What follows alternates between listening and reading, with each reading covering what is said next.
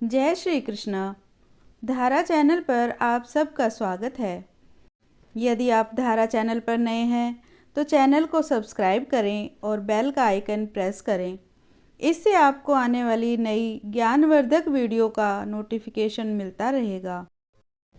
आइए कार्तिक मास में सुनी जाने वाली कहानियों में कार्तिक मास की लपसी और तपसी की कहानी सुनते हैं। प्राचीन समय की बात है। एक गांव में एक लपसी रहता था और एक तपसी रहता था। तपसी सदा भगवान की सेवा में लीन रहता था, लेकिन लपसी सवा सेर दही की लस्सी बनाता, भगवान को भोग लगाता और पी जाता था। एक दिन की बात है कि दोनों में बहस छिड़ गई कि कौन बड़ा है।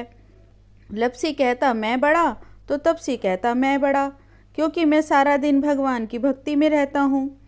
नारद मुनि जी ने लपसी और तपसी को लड़ते देखा तो लड़ने का कारण पूछने लगे। तब तपसी बोला कि मैं बड़ा हूँ, लेकिन लपसी नहीं मान रहा। लपसी बोला कि मैं बड़ा हूँ, ये तपसी नहीं मान रहा। नारद जी बोले कि इनका फैसला तो मैं कल कर दूंगा। अगले दिन तपसी रोज की तरह सुबह स्नान कर लौट रहा था तो नारद जी ने उसके आगे 1.25 करोड़ की अंगूठी फेंक दी। तपसी ने इधर उधर देखा और वह अंगूठी उठाकर फिर तपस्या करने बैठ गया। लपसी फिर रोज की तरह आया और 1.25 सेर दही की लस्सी बनाई, उसे लोटे में घुमाया और भोग लगाकर पी गया। तभी नारद जी आए। उन्होंने कहा कि लपसी बड़ा है। तपसी ने कहा इसका कारण पूछा।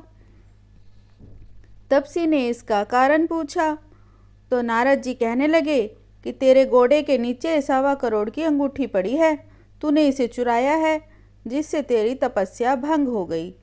तपसी हाथ जोड़ नारद जी के सामने खड़ा हो गया और बोला कि मेरी तपस्या का फल किस प्रकार मुझे मिल सकता है। नारद जी कहने लगे कि तेरी तपस्या का फल कार्तिक नहाने वाली ही दे सकती है। नारद जी फिर से कहने लगे कि कार्तिक माह की कहानी सुनने के बाद जो तेरी कहानी नहीं सुनेगा या कहेगा, उसके कार्तिक स्नान का फल खत्म हो जाएगा। जय कार्तिक मास।